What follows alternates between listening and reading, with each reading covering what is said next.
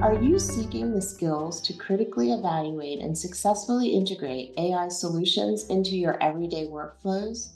This new RSNA Spotlight course, Implementing and Evaluating AI for Radiology, connects you with radiology leaders who have implemented these AI solutions to help you make informed choices.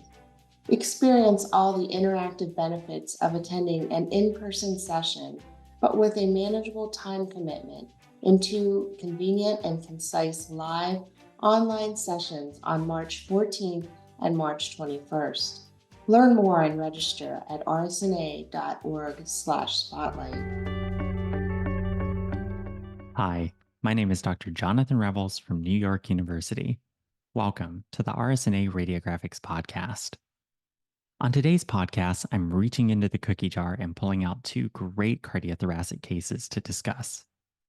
For those who don't already know, the cases from the cookie jar come from our radiographics editor, Dr. Christine Cooky Menyes's teaching file, which includes cases donated to her from former trainees.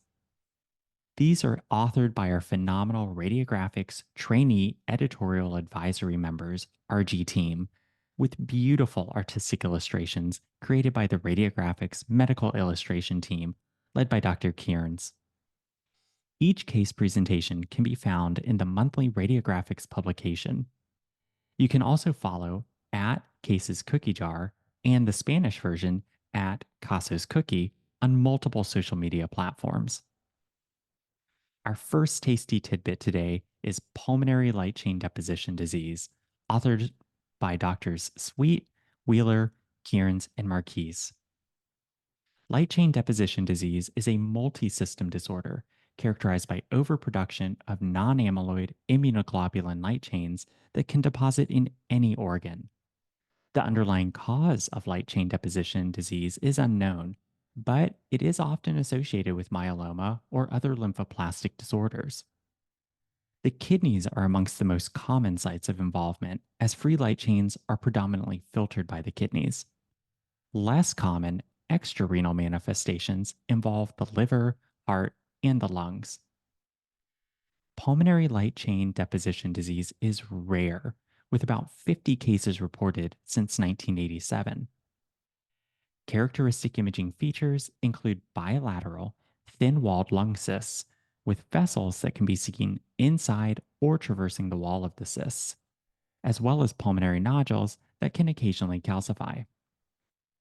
Diagnosis of pulmonary light chain deposition disease requires a biopsy, which can demonstrate nodular aggregates of amorphous eosinophilic material with plasmacytic and giant cell reaction. Deposits are not stained by Congo red, a finding that differentiates light chain deposition disease from pulmonary amyloidosis. Patients with pulmonary light chain deposition disease may present clinically with dyspnea, hemoptysis, and chest discomfort, although most patients are asymptomatic and light chain deposition disease is identified incidentally.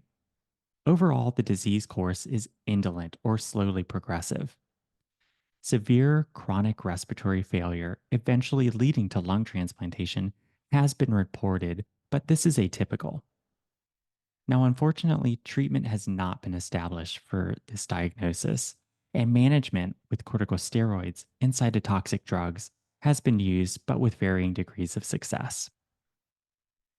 Now, let's bite into our second case of today, intracardiac echinococcosis by Drs. Klug, Vigen, Kashpuri, and Kirschenboim.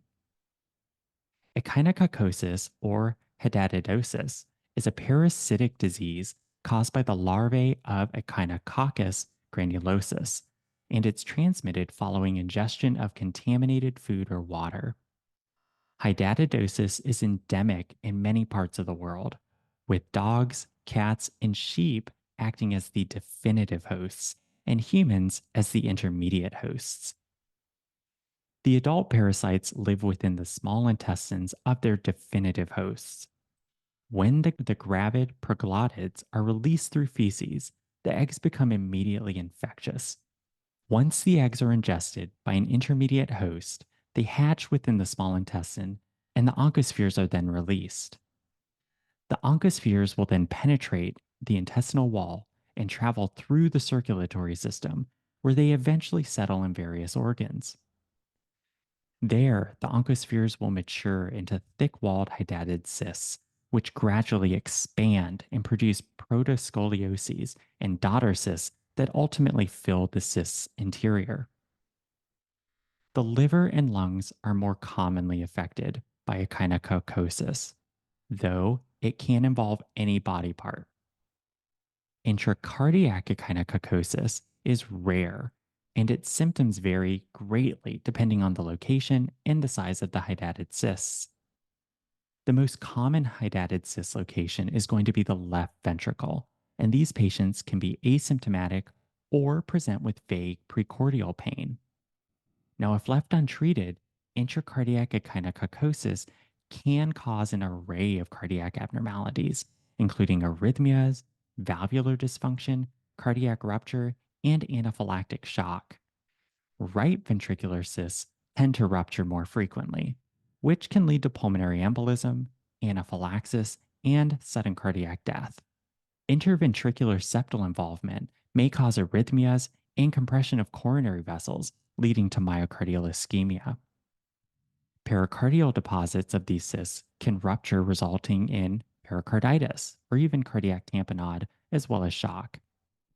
Now, serology can be used to detect this diagnosis and performed with IgG enzyme linked immunosorbent assay, also called ELISA.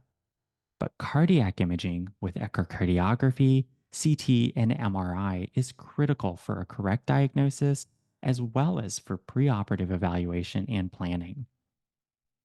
A typical MR finding of echinococosis is hypointense peripheral ring on T2 weighted images that enhances on late gadolinium enhanced images. Surgical resection with concurrent albendazole therapy is the treatment of choice. Now, this concludes today's RadioGraphics podcast, and I hope you found it as sweet as I did. I want to thank Dr. Menez, our amazing RG team authors, and the artistic illustration team for creating these visually captivating case presentations.